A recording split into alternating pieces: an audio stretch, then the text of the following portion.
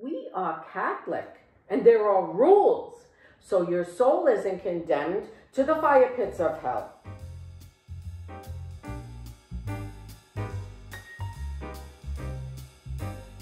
Frank hired me. And can I just say, Frank is such a man. I mean, Carol, you've met her, Snoozefest alert. I was at the dinner party the night before he died, and Carol was fidgety, and even more than usual. I mean, I have seen that woman freak at just the mere thought of a realization in her brain. I mean, talk about a basket case.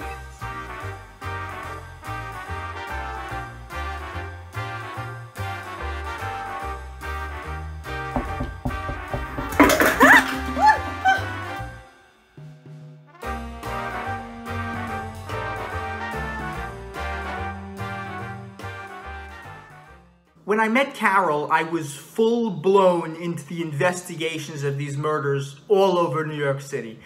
Strange crimes. I mean, a man found in Central Park decapitated with half-eaten ham sandwich just laying on a park bench.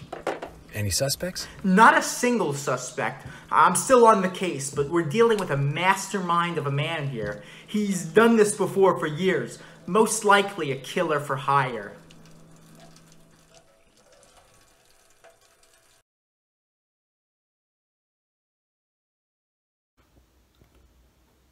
I can't come out. I look absolutely ridiculous. I think you look nice. My agent, she made me do this. She said my look was harmful and that I'm just dreadful looking. I had to take her back. I mean, and it's not true. It's not true what they say about her husband and I. Yes, I took her back. I almost lost my job. Do you know how hard it is for me to look at her? It makes me sick. I will eventually. Did you have her change her look? God, yes. She looked like Groucho Marx. Her pants looked like paper garbage bags. Don't even get me started on her ties and scarves. While her writing was brilliant, she didn't quite fit into the literary world. She wrote a violent novel about sex, deceit, sadomasochism. She needed to look the part.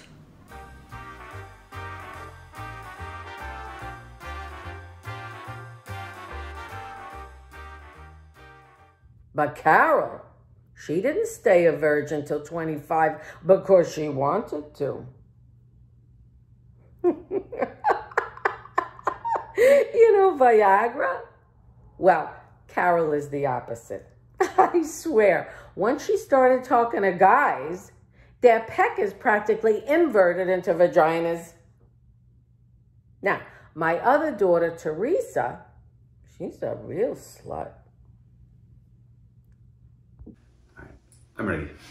My name is Barney, and this is my client Alejandro's home.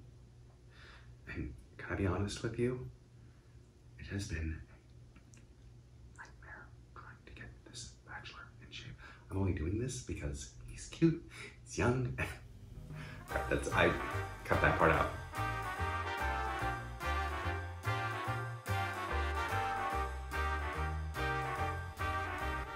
Are you in a relationship with Detective Freeman? Well, define relationship. Is he your boyfriend? Oh gosh, I don't know. I spent a lot of time with him, but he's nice and all. And what about Patricia? Who? Patricia, the tall redheaded woman. Oh, Patricia. She's this lovely woman. I met her just one day. At this coffee shop I always go to, and I told her about my new novel that I'm writing, and about how I wanted to make it about murder mystery, and oh boy, she just proved proved to have so much knowledge about these actual murders in Manhattan. Yeah, I mean, how the crimes could have been committed and how the murderer could have gotten away with these crimes. I mean, she's just been it's full of so much knowledge. Carol and I have been scouring New York City, researching these murders. How do you know so much? Why is that important?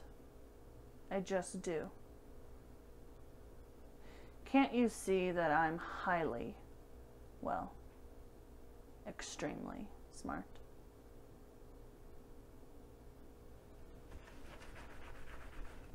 She was dating that police detective, David Friedman. What a loser.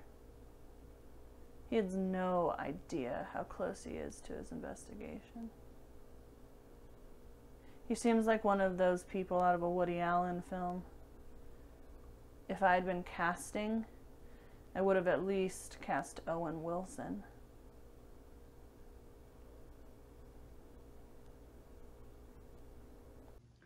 Anywho, I was watching her in the kitchen that night when I got this strange feeling.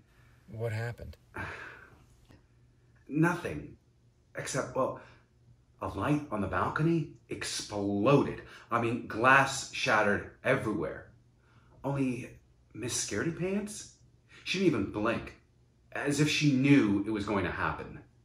Frank was pissed. I've told her to go with LED bulbs, but she doesn't listen. Anywho, the next day when I found out that Frank fell off the balcony while on a ladder fixing said bulb, I knew she did it. I mean, who knew Carol had such scandal? Yeah, someone was messing with my mail. I don't know how, but they were taking Mrs. Peterson's mail and swapping it. Finally, when it stopped, another strange thing started happening. Some anonymous caller kept calling the police hotline, accusing me of all sorts of bizarre things, like running naked through a market or stealing trash from Mr. Wong's restaurant. It wouldn't stop. The worst was when the caller said I was stealing my neighbor's underwear. She's 83, for Christ's sake.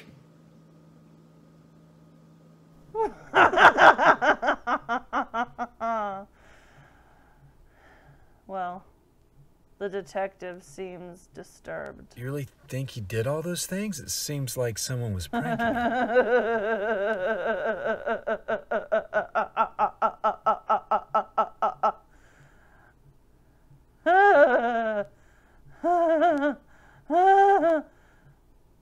No. He seems like the type of guy. Stealing old lady pantyhose. Not really.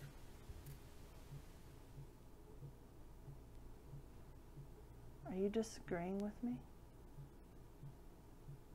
That would be bad. She fired me immediately after his death. I swear, if I could get into that house, I'd find something. What do you think you would find? Arsenic. Women typically poison when murdering. Didn't you know that? He fell off a balcony, and then he was run over by... Maybe she didn't push. Maybe he was drugged, and then fell from the poison. Another theory I share with Frank's trainer, Eddie. Carol is so simple. She's forgetful, too. I bet she wrote the whole thing down. You know, how she was going to do it. And then she forgot to throw it away. How's that for scandal?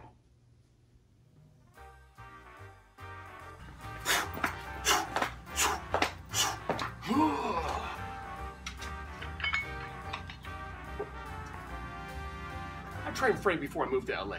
The guy was rock solid. No way Mousy Carol pushed him. So yeah. What, if any, evidence do you have that she killed Frank? Well, he was on some supplements that make you intense. So one day he really yelled at Carol. I mean, right in front of me. Carol ran off, and Frank followed her. I think he felt bad. I mean, it was really the fault of the supplements I gave him from Mexico. not FDA approved. So yeah, I followed him right to the door, and I hear Carol in her whiny voice saying, "Frank, you're just awful. If you don't start treating people nicely, you're gonna get poisoned or pushed off a..." And then Frank started shouting. So I left. Didn't want to get caught eavesdropping. I can help you. Put on some lean muscle. Firm up a little bit.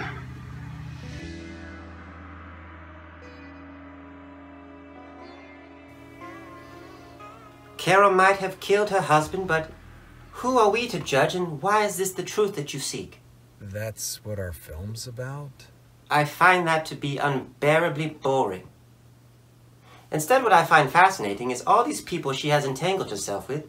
When I first started to work with Carol, she was so tense. She still seems tense.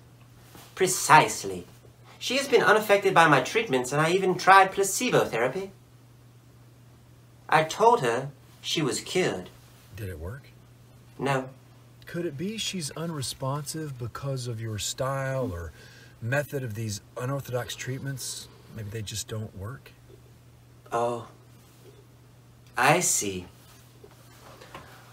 Oh dear. Do you have a bad relationship with your father? No. Come on. I know your type. You suffer from penis envy, and you have a large hole of sadness because you have the absence of a loving and nurturing father figure. I'm a man. How could I have... But are you?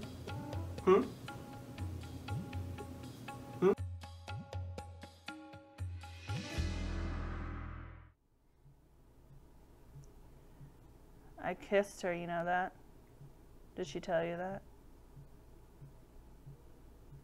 I took her to this grocery store where a suspect the police don't know about. I took her to the frozen section, opened the freezer door, pulled her close. She was wiggly and cold. She seemed a little frightened. I liked that. So I kissed her. She squirmed a little.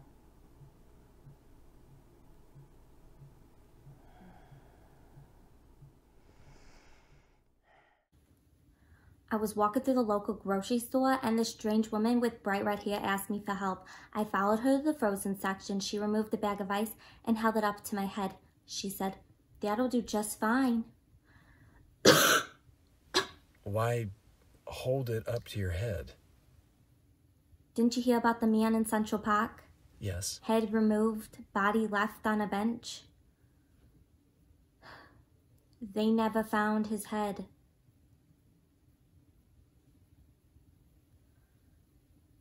A measurement to see how much ice she would need.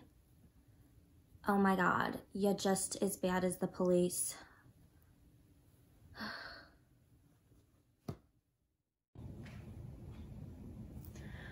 Okay, so your geniuses have made some progress. I have Pilates in 15 minutes with a Hilton, so hurry up. Patricia, you know her? Yes, I let her into Carol's all the time. She mainly just looks through the fridge in her underwear drawer. It's the highlight of my week, actually. She's a freak. Maybe you should be careful around Patricia. Does your mom know you spend time with her? Me? I can take care of myself, thank you. You, on the other hand, I would be careful. I don't think Patricia likes you snooping around so much. I have to go. I'm taking up all my time.